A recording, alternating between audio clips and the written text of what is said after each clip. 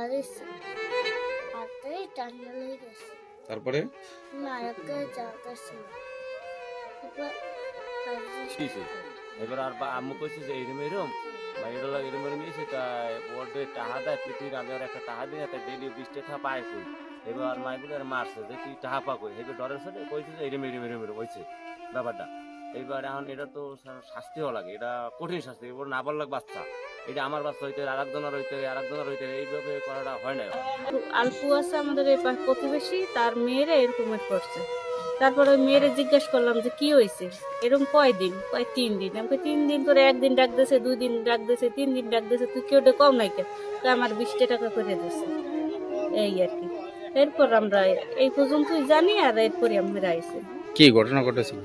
ঘটনা ঘটাইছে আর নাম কি সাইদুল, এই জামাই আমাদের এলাকা।